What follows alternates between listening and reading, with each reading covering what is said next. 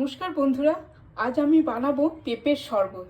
তার জন্য নিয়ে নিয়েছি একটা পেঁপে, লেবু, বিট নুন, নুন, চিনি, রোস্টেড জিরা পাউডার আর বরফ। প্রথমে পেঁপেটাকে আমি কেটে নেব। খোসা ছাড়িয়ে নিয়েছি, এবার কেটে নেব টুকরো, ছোট ছোট টুকরো টুকরো করে কেটে নেব। আর মিক্সি জারের মধ্যে দিয়ে দেবো কেটে রাখা পেঁপেগুলো। দিয়ে দেবো বিট নুন, নর্মাল নুন, দিয়ে দেবো অল্প অল্প রোস্টেড জিরে গুঁড়ো দিয়ে দেবো, লেবু,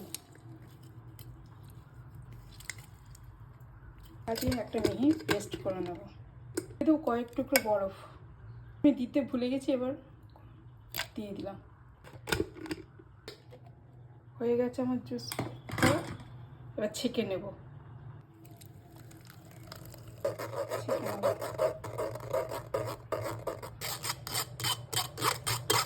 দিয়ে দেবো ঠান্ডা জল,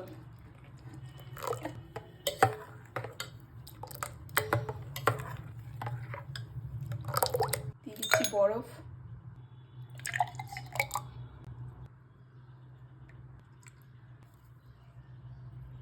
পেঁপের শরবত আমার কমপ্লিট হয়ে গেছে।